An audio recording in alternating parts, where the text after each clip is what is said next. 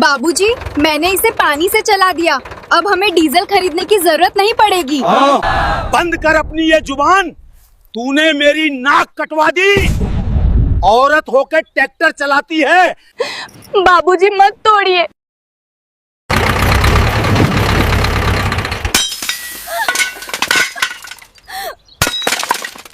दोस्तों, आज की कहानी उस भारत की तस्वीर है जिसे हम अक्सर अनदेखा कर देते हैं। एक तरफ वो बेटियां हैं जो आसमान छूना चाहती हैं और दूसरी तरफ वो बेड़ियां हैं जो उन्हें रसोई की चारदीवारी में कैद रखती हैं।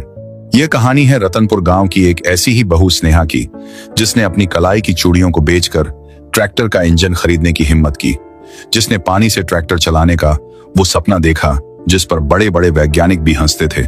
लेकिन जब उसका सपना हकीकत बना तो उसके अपने ही ससुर ने उस मशीन को हथौड़े से चकनाचूर कर दिया। क्या एक औरत का आविष्कार पुरुष के अहंकार से जीत पाएगा? क्या वो टूटे हुए पुर्जे कहानी के अंत में जो करेंगे वो आपके रोंगटे खड़े कर देगा? आगे बढ़ने से पहले चैनल को सब्सक्राइब, वीडियो को लाइक करें और कमेंट में जय हिंद जरूर लिखें। रतनपुर गांव की तपती दोपहर में सन्नाटा पसरा हुआ था। सिर्फ दूर कहीं किसी खेत से ट्रैक्टर के चलने की आवाज आ रही थी, जो बार बार खांसी की तरह रुक जाती थी। यह ट्रैक्टर गांव के सबसे रसूखदार किसान सूर्य प्रकाश का था। सूर्य प्रकाश का नाम पूरे जिले में इज्जत से लिया जाता था। उनकी सफेद पगड़ी और मूंछों का ताव ही उनकी पहचान थी। उनके घर के नियम पत्थर की लकीर थे। औरतें घर की देहरी नहीं लांघ सकती थीं और मर्द रसोई में झांक नहीं सकते थे। इसी हवेली नुमा घर में 6 महीने पहले स्नेहा बहू बनकर आई थी। स्नेहा शहर से पढ़ी लिखी इंजीनियर थी। उसके पिता ने उसे बहुत लाड़ प्यार से पढ़ाया था, लेकिन समाज के डर से और अच्छी रिश्तेदारी मिलने के लालच में उसकी पढ़ाई पूरी होते ही उसकी शादी कर दी गई थी। स्नेहा जब विदा होकर आई तो अपने साथ किताबों का एक बक्सा भी लाई थी, लेकिन उसकी सास पार्वती ने पहले ही दिन कह दिया था कि बहू, इस घर में किताबों का काम नहीं है, यहाँ सिर्फ चूल्हा और चक्की चलती है। स्नेहा ने उसी दिन अपनी डिग्री और सपनों को उस बक्से में बंद करके ताला लगा दिया था और चाबी अपने दिल के किसी कोने में छुपा ली थी। उसका पति माधव एक सीधा सादा नौजवान था जो अपने पिता की परछाई से भी डरता था। माधव स्नेहा को चाहता तो बहुत था, लेकिन उसके अंदर इतनी हिम्मत नहीं थी कि वो बाबूजी के खिलाफ जाकर स्नेहा के सपनों की बात कर सके। दिन बीतते गए और हालात बदलने लगे। देश में महंगाई डायन की तरह मुंह खोले खड़ी थी। डीजल के दाम आसमान छू रहे थे। जिस ट्रैक्टर की आवाज सूर्य प्रकाश की शान थी, अब वही ट्रैक्टर उनके लिए मुसीबत बनता जा रहा था। हर रोज खेत जोतने के लिए हजारों का डीजल फूकना पड़ता था। फसल का दाम मिल नहीं रहा था और खर्चा बढ़ता जा रहा था। रात के खाने पर अक्सर सन्नाटा रहता था। सूर्य प्रकाश की थाली में रोटी तो होती थी, लेकिन उनका ध्यान कहीं और होता था। एक रात स्नेहा रसोई में बर्तन साफ कर रही थी। तभी उसने अपने ससुर की आवाज सुनी।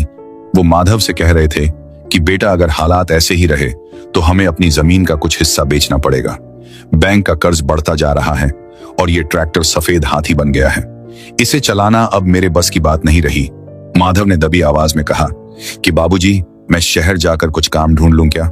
सूर्य प्रकाश ने डांटते हुए कहा कि खबरदार, जो ऐसा सोचा, हम जमींदार हैं, अपनी मिट्टी छोड़कर नौकरी करेंगे तो पूर्वजों की आत्मा को क्या जवाब देंगे? स्नेहा दरवाजे के पीछे खड़ी सब सुन रही थी। उसे माधव का उदास चेहरा और ससुर की बेबसी देखी नहीं गई।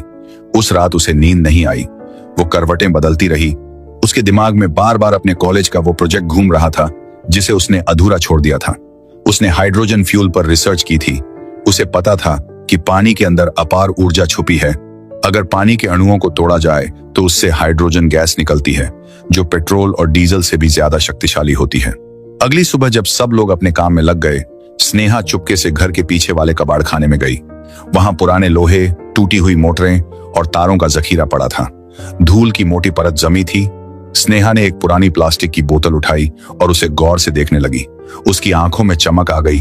उसने फैसला कर लिया था कि वो इस घर को बिखरने नहीं देगी। वो एक ऐसा सिस्टम बनाएगी जिससे ट्रैक्टर डीजल से नहीं बल्कि पानी से चलेगा। यह पागलपन था। अगर किसी को पता चलता तो शायद उसे घर से निकाल दिया जाता, लेकिन स्नेहा ने ठान लिया था। उसकी जंग शुरू हो चुकी थी। सबसे पहले उसे कुछ सामान चाहिए था। स्टेनलेस स्टील की प्लेटें, कुछ खास किस्म के तार और एक बैटरी, लेकिन उसके पास एक भी रुपया नहीं था। माधव को वो बता नहीं सकती थी क्योंकि वो डर जाएगा। उसने अपनी अलमारी खोली। वहां उसकी मां की दी हुई सोने की बालियां रखी थीं। स्नेहा ने एक पल के लिए उन्हें चूमा और फिर अपनी साड़ी के पल्लू में बांध लिया। दोपहर को बहाना बनाकर कि वो मंदिर जा रही है, वो गांव के सुनार के पास गई। सुनार ने उसे हैरानी से देखा, लेकिन स्नेहा ने कहा कि काका, मुझे पैसों की बहुत सख्त जरूरत है, किसी को बताना मत। बालियां बेचकर उसे जो पैसे मिले उससे उसने शहर से गुपचुप तरीके से जरूरी सामान मंगवाया। अब शुरू हुआ असली इम्तिहान। स्नेहा दिन भर घर का काम करती, सास के पैर दबाती, खाना बनाती, कपड़े धोती, और जैसे ही दोपहर को सास सो जाती और ससुर खेत पर चले जाते, वो भागकर कबाड़ खाने में पहुंच जाती। वहां की उमस और गर्मी में पसीने से लथपथ होकर वो तारों को जोड़ती। कई बार उसके हाथों में चोट लगी, कई बार करंट का झटका लगा, लेकिन उसने उफ तक नहीं की। वो जानती थी कि अगर सांस को भनक भी लग गई तो कयामत आ जाएगी। एक दिन वो हाइड्रोजन जनरेटर का सेल तैयार कर रही थी कि तभी पीछे से आहट हुई। स्नेहा का दिल गले में आ गया। उसने मुड़कर देखा तो माधव खड़ा था। माधव की आंखें फटी की फटी रह गई थी। उसने पूछा, स्नेहा, तुम यहाँ क्या कर रही हो और ये सब क्या है? स्नेहा ने दौड़कर माधव का मुंह बंद कर दिया और उसे अंदर खींच लिया। उसने माधव को सब सच बता दिया। उसने समझाया कि कैसे पानी से ट्रैक्टर चल सकता है। माधव पहले हंसा। उसने कहा, स्नेहा, तुम पागल हो गई हो क्या? पानी से तो प्यास बुझती है, ट्रैक्टर नहीं चलता। ये सब किताबी बातें हैं। लेकिन स्नेहा ने उसकी आंखों में देखकर कहा कि माधव, मुझ पर भरोसा करो। मैंने इंजीनियरिंग की है, मैंने रटा नहीं है, समझा है। अगर हम ये कर पाए तो बाबूजी को जमीन नहीं बेचनी पड़ेगी। माधव अपनी पत्नी के आत्मविश्वास को देखकर पिघल गया। उसे पहली बार स्नेहा में एक साधारण गृहिणी नहीं बल्कि एक वैज्ञानिक नजर आई। उस दिन के बाद माधव भी इस मिशन में शामिल हो गया। अब दोनों मिलकर काम करते थे। माधव शहर से वो पुर्जे ले आता जो गांव में नहीं मिलते थे। रात के अंधेरे में जब पूरी दुनिया सोती थी, इस घर के कबाड़खाने में एक नई क्रांति जन्म ले रही थी। स्नेहा ने एक छोटा सा इंजन तैयार किया। टेस्ट का दिन आया। उन्होंने एक पुरानी मशीन में उस किट को फिट किया और पानी की बोतल लगाई। माधव का हाथ कांप रहा था। स्नेहा ने स्विच दबाया। पहले कुछ नहीं हुआ, फिर एक हल्की सी सनसनाहट हुई और मशीन चल पड़ी। वो आवाज, वो घरघराहट उन दोनों के लिए दुनिया का सबसे मधुर संगीत था। माधव खुशी से पागल हो गया। उसने स्नेहा को गले लगा लिया, लेकिन स्नेहा ने कहा कि अभी जश्न मनाने का वक्त नहीं है। असली चुनौती तो उस बड़े ट्रैक्टर को चलाना है जो बाबूजी की जान है। अगर वहां कुछ गड़बड़ हुई तो हम कहीं के नहीं रहेंगे। प्लान ये था कि जिस दिन सूर्य प्रकाश शहर जाएंगे, उसी दिन वो खेत में खड़े पुराने ट्रैक्टर पर यह प्रयोग करेंगे। मौका जल्दी ही मिल गया। सूर्य प्रकाश को बैंक के काम से 2 दिन के लिए शहर जाना पड़ा। उनके जाते ही स्नेहा और माधव खेत पर पहुंच गए। गांव वाले उन्हें देख रहे थे, लेकिन किसी को समझ नहीं आ रहा था कि बहू खेत में क्या कर रही है। स्नेहा ने साड़ी का पल्लू कमर में खोसा और ट्रैक्टर के इंजन पर चढ़ गई। उसने डीजल टैंक का कनेक्शन काटा और वहां अपना बनाया हुआ हाइड्रोजन किट फिट करना शुरू किया। उसके हाथ काले हो गए थे, चेहरे पर ग्रीस लग गया था, लेकिन वो रुकी नहीं। माधव उसे औजार पकड़ा रहा था। 2 दिन और 2 रात की मेहनत के बाद ट्रैक्टर तैयार था। उसकी टंकी में अब डीजल नहीं बल्कि कुएं का साफ पानी भरा था। सुबह होने वाली थी। सूर्य प्रकाश के लौटने का समय हो गया था। स्नेहा ने कांपते हाथों से चाबी लगाई। उसने आंखें बंद करके भगवान को याद किया और चाबी घुमाई। इंजन ने एक भारी आवाज की और बंद हो गया। माधव के माथे पर पसीना आ गया। स्नेहा ने फिर कोशिश की। इस बार इंजन ने जोर की आवाज की। धुआं नहीं निकला, बल्कि साइलेंसर से पानी की भाप निकली और ट्रैक्टर स्टार्ट हो गया। इंजन की लयबद्ध आवाज गूंज उठी। स्नेहा ने गियर डाला और ट्रैक्टर आगे बढ़ा। वो पानी से चल रहा था। यह चमत्कार था।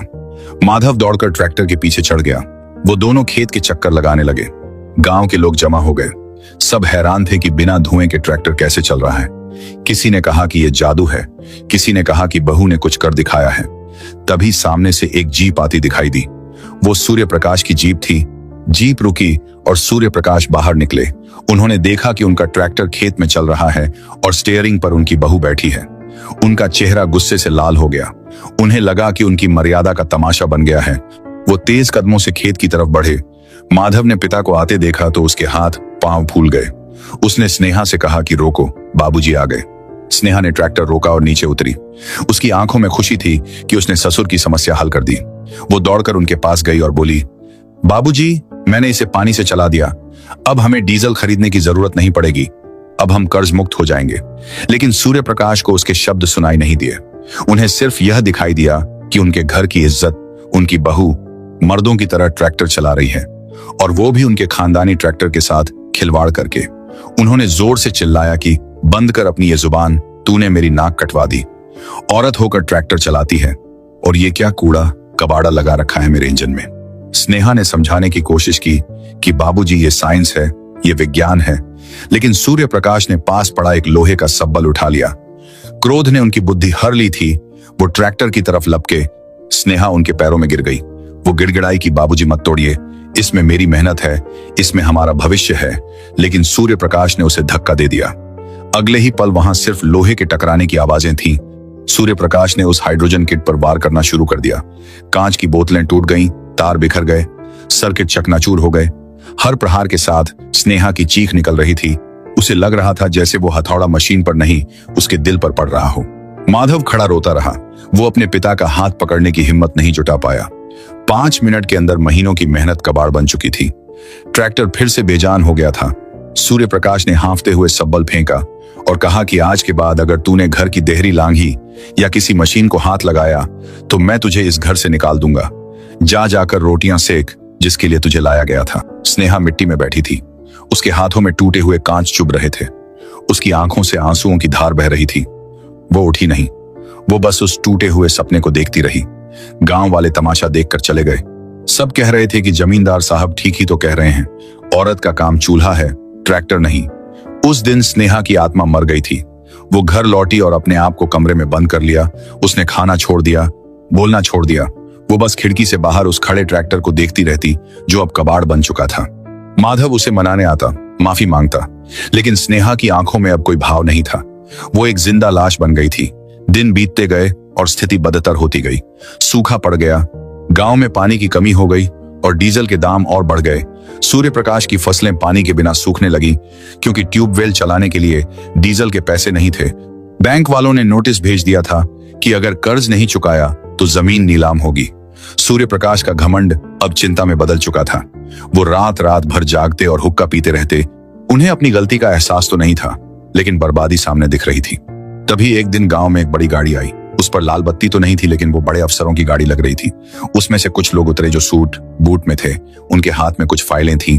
वो सीधे सरपंच के पास गए और पूछा कि इस गांव में वो घर कौन सा है जहां पानी से इंजन चलाने का प्रयोग हुआ था। सरपंच हक्का बक्का रह गया। उसने कहा कि वो तो सूर्य प्रकाश की ओसन था, लेकिन अफसरों ने कहा कि हमें उससे मिलना है। बात यह थी कि जिस दिन स्नेहा और माधव ने खेत में ट्रैक्टर चलाया था, गांव के ही एक लड़के ने उसका वीडियो बनाकर सोशल मीडिया पर डाल दिया था। वो वीडियो वायरल हो गया था और यह जापान के बड़े वैज्ञानिकों तक पहुंच गया था। उन्होंने उस वीडियो में इंजन की आवाज और भाप देखकर समझ आ गया था कि यह कोई साधारण जुगाड़ नहीं बल्कि एक बड़ी खोज है। और यही वो कड़वी सच्चाई भी थी कि जिस टैलेंट को अपने ही घर ने इज्जत के नाम पर तोड़ दिया, उसकी कीमत समझने के लिए बाहर के लोग आ गए। भारत में कई बार मेहनत और हुनर को सपोर्ट नहीं मिलता, लेकिन जापान जैसे देश उसे पहचान कर सम्मान देते हैं और आगे बढ़ाते हैं। अफसर सूर्य प्रकाश के घर पहुंचे। सूर्य प्रकाश बाहर चबूतरे पर बैठे थे। अफसरों ने नमस्ते किया और कहा कि हम जापान की रिसर्च टीम से आए हैं।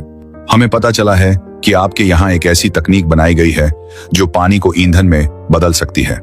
हम उस वैज्ञानिक से मिलना चाहते हैं। सूर्य प्रकाश की जुबान तालू से चिपक गई। उन्होंने कहा कि वो तो मेरी बहू है। अफसरों ने कहा कि कृपया उन्हें बुलाइए, वो देश की धरोहर हैं। सूर्य प्रकाश के पैरों तले जमीन खिसक गई।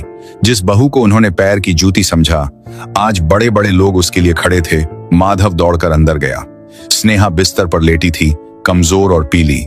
माधव ने कहा, स्नेहा उठो, बाहर देखो कौन आया है। तुम्हारे हुनर को सलाम करने लोग आए हैं।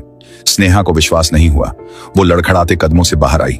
एक वरिष्ठ वैज्ञानिक ने आगे बढ़कर कहा कि बेटी, क्या वो वीडियो तुम्हारा है? क्या तुमने वो इंजन बनाया था? स्नेहा ने धीरे से सिर हिलाया। वैज्ञानिक ने कहा कि हमारे पास एक चुनौती है। पास के जिले में एक बहुत बड़ा बांध परियोजना का काम रुका पड़ा है क्योंकि वहां ईंधन नहीं पहुंच पा रहा। हमें एक ऐसी मशीन चाहिए जो वहां के नदी के पानी से ही ऊर्जा बना सके। क्या तुम हमारे लिए अपना वो आविष्कार दोबारा बना सकती हो? अगर तुम सफल रही तो हम तुम्हें पेटेंट भी दिलाएंगे और 50 लाख का इनाम भी। पूरे गांव में सन्नाटा छा गया। 50 लाख सुनकर सूर्य प्रकाश की आंखें फटी रह गईं, लेकिन समस्या यह थी कि पुराना मॉडल टूट चुका था। स्नेहा ने अपनी सूजी हुई आंखों से ससुर की तरफ देखा। सूर्य प्रकाश की नजरें झुकी हुई थीं। स्नेहा ने गहरी सांस ली और कहा कि सर, मेरा मॉडल टूट गया है, लेकिन नक्शा मेरे दिमाग में है। अगर आप मुझे सामान दें तो मैं अभी इसी वक्त आपके सामने दूसरा इंजन बना सकती हूँ। अफसरों ने तुरंत हामी भर दी। उनकी गाड़ी से आधुनिक टूल्स और सामान निकाला गया। सूर्य प्रकाश के आंगन में ही एक प्रयोगशाला बन गई। पूरा गांव छतों पर चढ़कर देख रहा था। स्नेहा ने अपने कांपते हाथों को मुट्ठी में भींचा। उसने माधव की तरफ देखा। माधव ने आंखों से इशारा किया कि मैं तुम्हारे साथ हूं। स्नेहा काम पर लग गई। इस बार उसके पास डर नहीं था, इस बार उसके पास खोने के लिए कुछ नहीं था। उसने तेजी से सर्किट जोड़े, प्लेटों को सही कोण पर लगाया, रसायन का मिश्रण तैयार किया। वो भूल गई कि वो कमजोर है, वो भूल गई कि उसने खाना नहीं खाया। वो बस एक इंजीनियर थी जो अपनी रचना को जन्म दे रही थी। 4 घंटे बीत गए, सूरज ढलने लगा। लोग सांस रोके खड़े थे। सूर्य प्रकाश एक कोने में खड़े थे। उनके चेहरे पर पसीना था और मन में डर। हे भगवान, आज मेरी बहू की लाज रख लेना। आखिरकार स्नेहा खड़ी हुई। उसने एक बड़े जनरेटर के साथ अपने डिवाइस को जोड़ा। उसने एक बाल्टी पानी डाला। वैज्ञानिक ने अपनी मशीनें चेक की। स्नेहा ने कहा, बाबूजी, क्या आप आकर स्विच दबाएंगे? सब हैरान रह गए। जिसने उसका सपना तोड़ा, वो उसी को सम्मान दे रही थी। सूर्य प्रकाश की आंखों में आंसू आ गए। वो कांपते कदमों से आगे आए। उनका हाथ थरथरा रहा था। उन्होंने स्विच दबाया। एक पल का सन्नाटा और फिर धड़ धड़ धड़ जनरेटर चल पड़ा। बिजली के बल्ब जो वहां लगाए गए थे वो जगमगा उठे। वो रोशनी सिर्फ बल्ब की नहीं थी, वो उस घर के अंधकार के मिटने की रोशनी थी। अफसरों ने खड़े होकर तालियां बजाईं। गांव वालों ने जयकारे लगाने शुरू कर दिए। मीटर रीडिंग दिखा रही थी कि ऊर्जा का प्रवाह एकदम शुद्ध और शक्तिशाली था। वरिष्ठ वैज्ञानिक ने स्नेहा के सिर पर हाथ रखा और पेटेंट के कागजात दिए। लेकिन असली दृश्य इसके बाद हुआ।